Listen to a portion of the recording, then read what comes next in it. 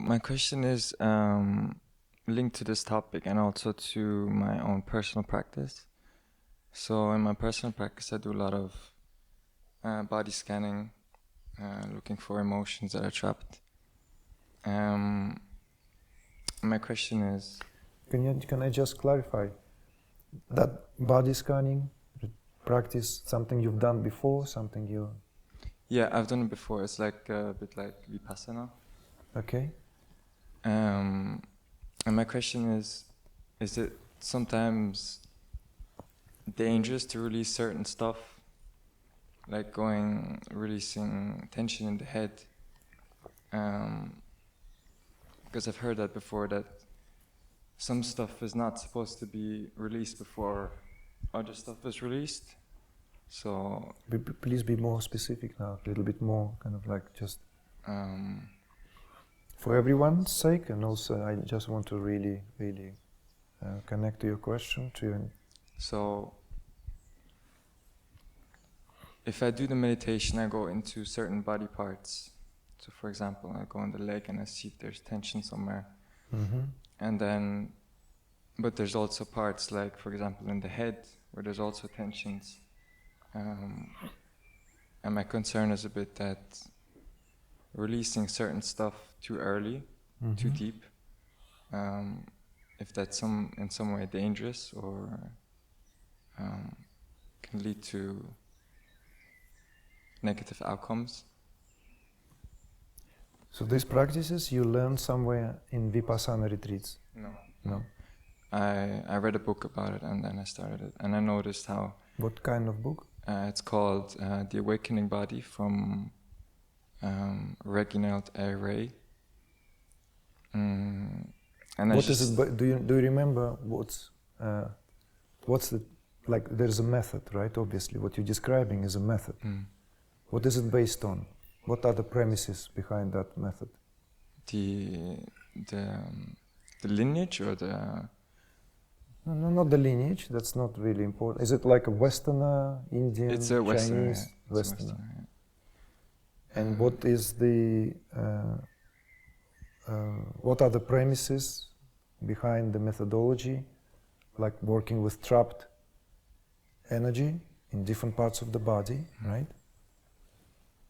So, do you remember? Do you see what I'm asking? Do you see what I mean? Like, for me to be clearer. What is it based on? It's based on just releasing. It's based on that. Basically, what's preventing me from seeing truth is that I'm full of tension and full of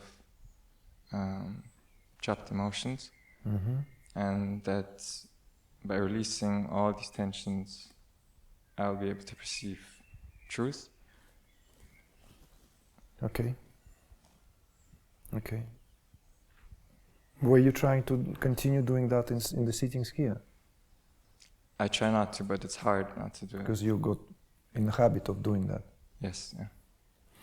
Okay, good that you brought it out into the world open. Well, here we are in the presence, I'm just addressing the whole room.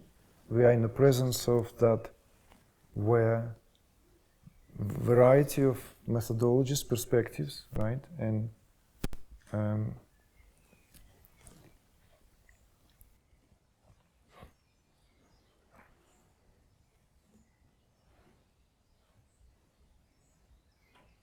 And somehow we are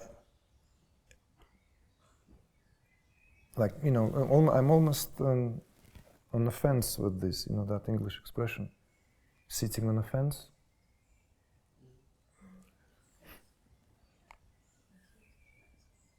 Like in two minds, right? But sitting on the fence is better. Maybe because you can fall on either side. Whether to be not diplomatic. What's the term? What's the word? Whether to be... It's a synonymous. No, it's not sensitive. I'm trying to be sensitive all the time. Thanks, Prema.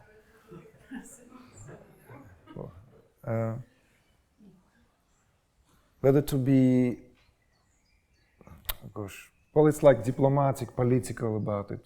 You understand? Huh? But there is a more precise term. I lost it. Fire, come on. Politically correct? That, there's a good one. Could be closer.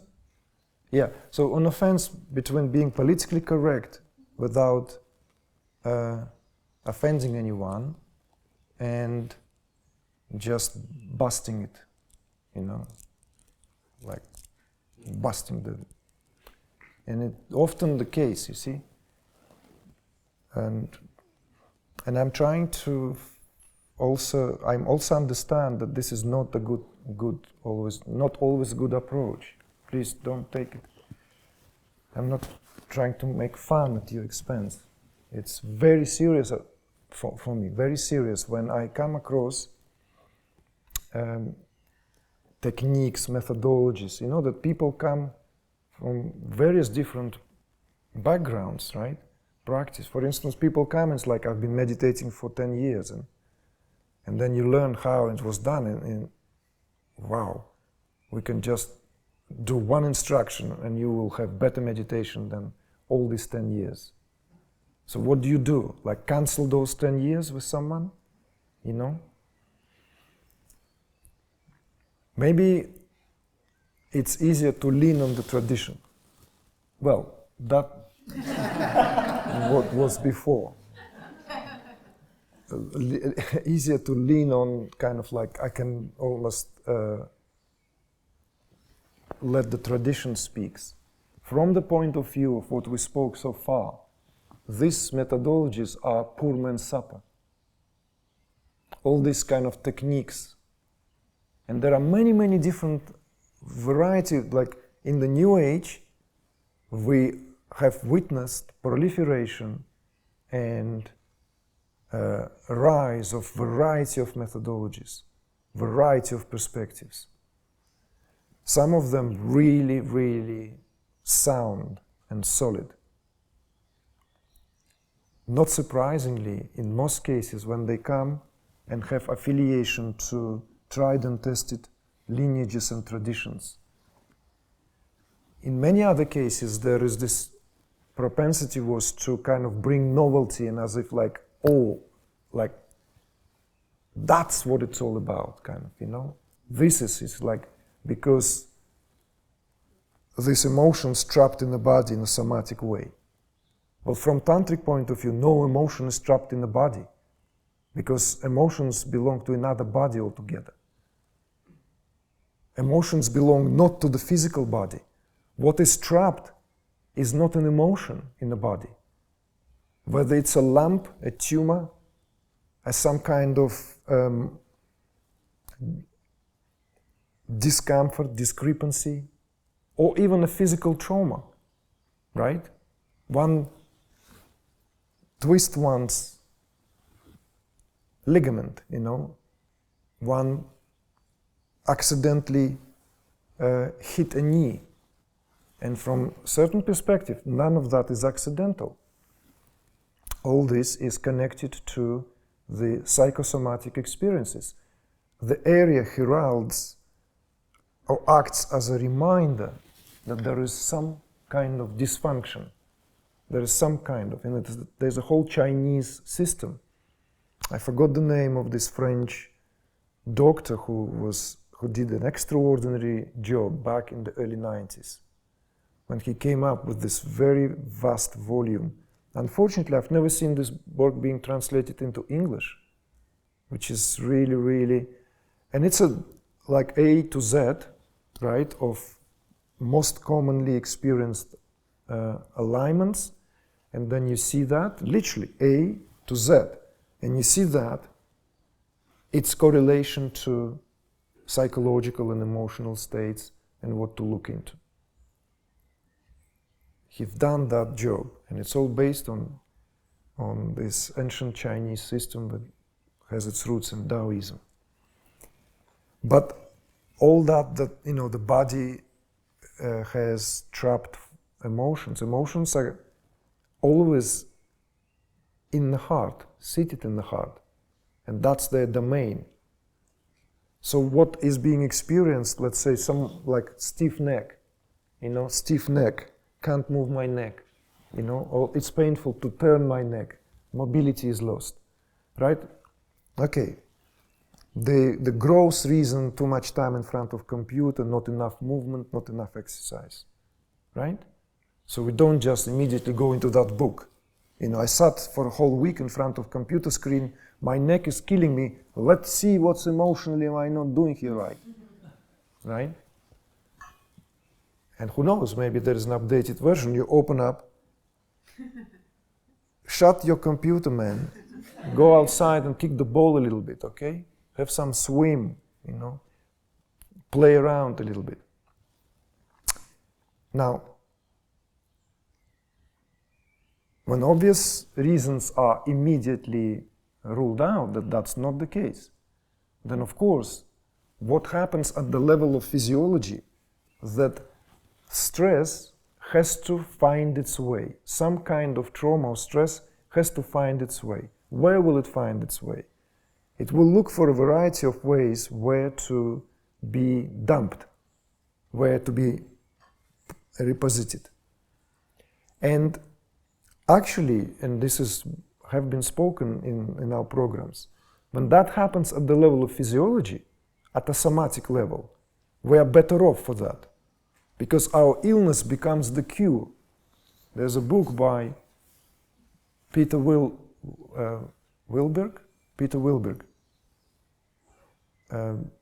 a Brit based in England, who is also, by the way, brilliant Kashmir Shaiva teacher. I don't think he offers anything live. He's a senior man, senior gentleman. But he's unparalleled in his knowledge and understanding of Kashmir Shaivism. There's a book he published a few years ago, actually called that, Illness is the Cure, which redresses the very notion of what we understand by physical illnesses down to the most life-threatening illnesses like cancer. So whenever something is thrown at the level of physiology, then it is actually better, because if it is hidden, it can go into the unconscious or subconscious level. This is where it can lay sediment. We will have no clue about that. And all our blind spots, all our inability to enjoy life fully is without access. So it's like tapping, check, oof, ow. I mean it actually, sorry folks. It's these Malik's kettlebells, they're like, oh, my arms are aching because I showed him a new swing. So I'm only saying that because this tapping, like all this kind of, and keeping the attention on the parts of the body, asking, yes, we did the screen as well. I ask all of you, please screen the body. If there's any area of discomfort, do not ignore it. Yes, we bring that as well. Do not ignore any area where you feel discomfort, let alone pain. Direct your caring, loving attention to it. But I didn't say remain there, didn't I? Did I? No, exactly. It was just acknowledge something, Something I go around, I might have colics in my stomach and I ignore that. But then I sit down in meditation and then I have no rights to ignore that, I have to acknowledge that pain. Or I have a knee ache, forcing it, maybe sitting with my sitting cross-legged is a violation of my body. So I need to open it up, maybe have my leg outstretched. So these are obvious stuff. This is obvious stuff. But the methodology is never based on sitting and examining different parts of the body where maybe some emotions get stuck, and that's why, because I feel like this closed in. So we have to, from the next sitting, consciously cut this connection to these previous practices, and I'll help you to do that. Okay? So like you completely, like something else is being done here. I'm not going to bring this practice into here because otherwise I'm neither doing that practice nor am I missing out on this practice. You see? So, anything else in that question? Anything else that I maybe... Well, my question was if it's dangerous to... Yes. This I truly don't understand. Is this like what? Do we like have the... who knows where's the permission given? Which kind of trapped emotions we release first? I'm just being just with you asking like what? Like do you know? Does that book provides? No. It just says it's dangerous. No, the book itself doesn't say it, but it's my question. Okay, so you assuming it might be dangerous. Yes. Okay. To allow certain emotions to come out before others. Or maybe not just emotion, but also just blockages. Don't worry about it at all. Do not worry about what comes out first, as long as it comes out. You see? It's like, sorry, gonna be gross, but it's not just lunch. Well, it is lunchtime. It's like, do I fart or burp? First, like, what feels natural comes out, whichever end. That what feels natural. If like, which one is more dangerous? It's going to truly become tricky. Because sorry, mate.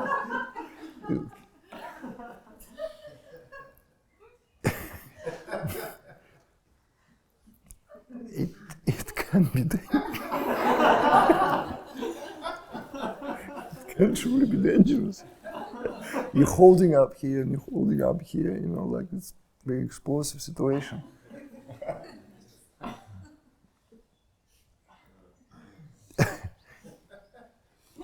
It's actually very cute and very, very funny when our little 2.5-year-old girl, she notices that, some of us burp after meal and we laugh and sometimes like, okay, I tell kids, no, like this wasn't exactly a Japanese meal, so burping is not ethically correct, guys. That's a joke, because burping in Japanese culture is a compliment to a chef, right? So I said like, be aware. So she knows it's a fun, right? So she eats and then she walks around while we're sitting and she tries to burp to make fun. So just free yourself from these limitations, okay? These mental worries. Sometimes you just need to be able to just be like just relax like this, Whatever the outcome, whatever is the cost, I'm gonna relax. Let's see what happens, It's a very good predisposition. Contraction is easy. It's right and into contraction, and mind starts figuring out. But if you just like, okay,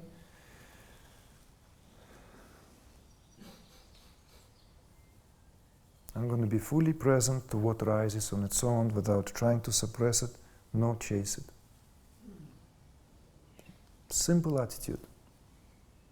Okay? Mark it. Without trying to suppress it, nor chasing it.